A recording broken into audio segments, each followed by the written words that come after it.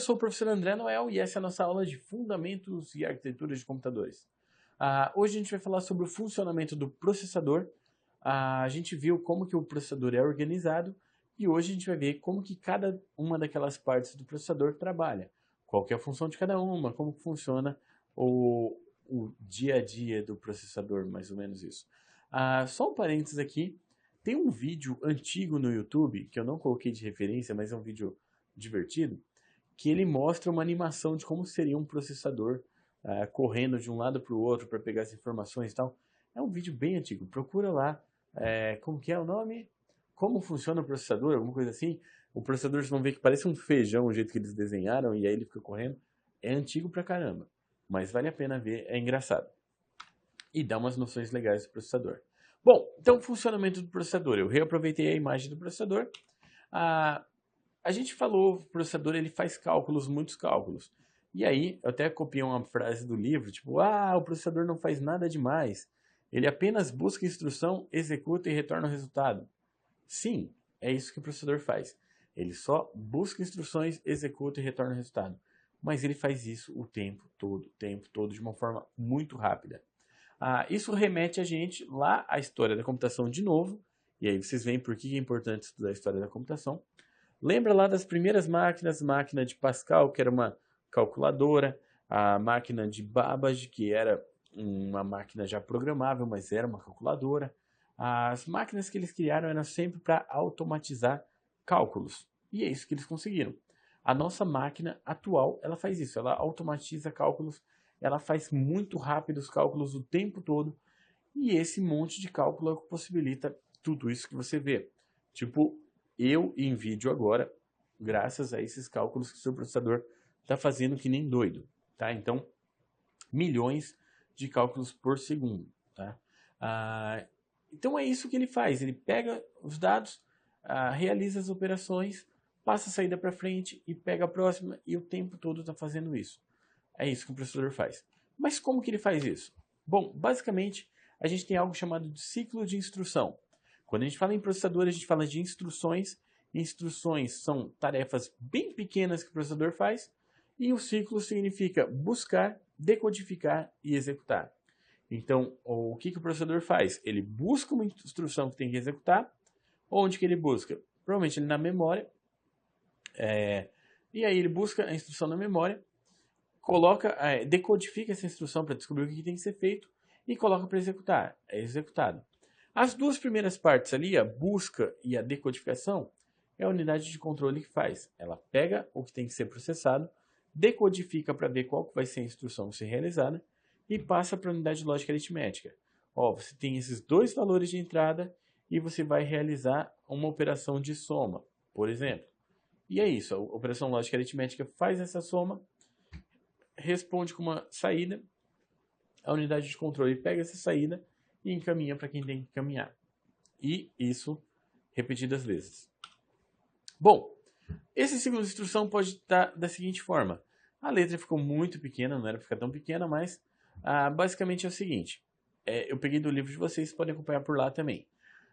O ciclo significa trazer a próxima instrução da memória até o registrador de instrução. Então, o registrador de instrução vai guardar qual instrução vai ser feita. Alterar o contador de programa para que aponte para a próxima instrução. Então, esse contador vai ficar apontando a posição da instrução que vai ter que ser executada. Ele vai apontar para o próximo ciclo já pegar a instrução certa. Depois ele vai determinar o tipo de instrução trazida. O que essa instrução tem que fazer? Ele vai mover informação, ele vai realizar cálculo, ele vai fazer o quê? Se a instrução utilizar uma palavra na memória, determinar onde essa palavra está. Sabe aquela questão que a gente vê em programação, que a gente guarda informações na memória e tal? Tudo que está na memória tem o seu endereço. Então, a unidade de controle tem que ver isso daí. Vai pegar alguma informação na memória? Qual que é o endereço? Então, beleza, passa o endereço.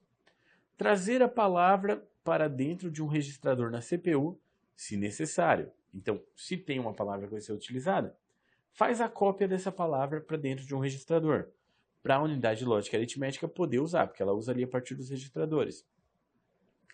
E executa a instrução. Executa o quê? O seu cálculo, que é a sua instrução. Beleza. E aí, o último ponto, voltar à etapa 1 para iniciar a execução da instrução seguinte. E é isso que o seu processador faz o tempo todo o tempo. Legal? Esse é o nosso ciclo de instrução. A gente tem uma representação aqui que basicamente eu posso entender como busco a próxima instrução, executo a instrução e volta para fazer de novo. Eu tenho a parte do ciclo de busca e a parte do ciclo de execução. Então, ciclo de busca, unidade de controle, ciclo de execução, unidade lógica aritmética. Beleza? Então, eu tenho aquelas três partes no processador, unidade de controle, unidade de lógica aritmética e os registradores.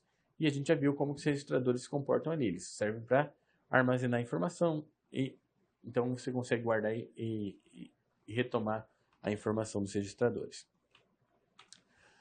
Eu tenho ainda uma coisa chamada relógio ou clock do processador, que vocês também escutam falar de ciclo de clock ou coisas assim. O que é o seu relógio do processador? Por favor, não confundam com o relógio do computador. A gente tem o relógio da BIOS, que é responsável por guardar a hora e tal. Não tem nada a ver. O relógio do processador, ele é algo que fica emitindo pulsos, certo? O que tem a ver com o relógio normal? Que o relógio normal ele também trabalha com pulsos de tempo, mas o relógio do processador, ele tem o seu tempo próprio. Então ele tem o ciclo de pulsos que ele emite e esses ciclos determinam qual que é a frequência ali do seu processador. Como que funciona? Basicamente assim, o ciclo de clock ele é um pulso e como eu trabalho com valores binários, valores digitais, eu só tenho dois estados possíveis, o 0 ou 1. O 0 é a tensão baixa, é a linha quando está embaixo. O 1 é quando a linha está no alto. Nesse caso aqui, eu tenho uma combinação de 5 subciclos. Na verdade, são 6 subciclos. Não.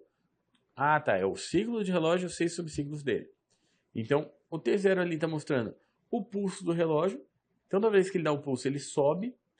Tá? E aí eu tenho os subciclos ali que são feitos para sincronizar as instruções.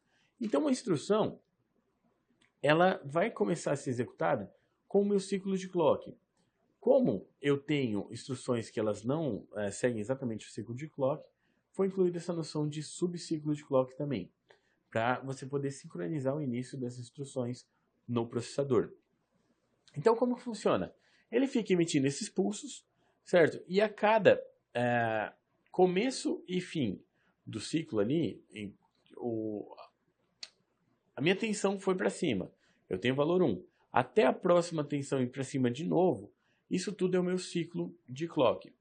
Que eu tenho ali embaixo as setinhas mostrando que um ciclo de T0 ali, do tempo 0.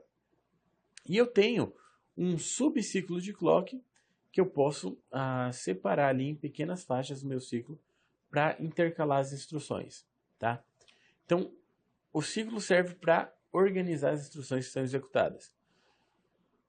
Daí vem a nossa noção de frequência. O que é a frequência? A frequência é a unidade de medida de desempenho do seu processador. Então, a frequência diz a quantidade de ciclos de clocks que ocorrem em 1 segundo. Então, em 1 segundo acontecem muitos ciclos de clock, muitos disparos ali na tensão. E esse ciclo de clock ele é calculado em hertz. O que é um hertz? Os hertz é a quantidade de ciclos que eu tenho em 1 segundo. Os processadores atuais eles executam uma faixa de 3.7 GHz, 4 GHz, tem uns que chegam a 4.3 GHz.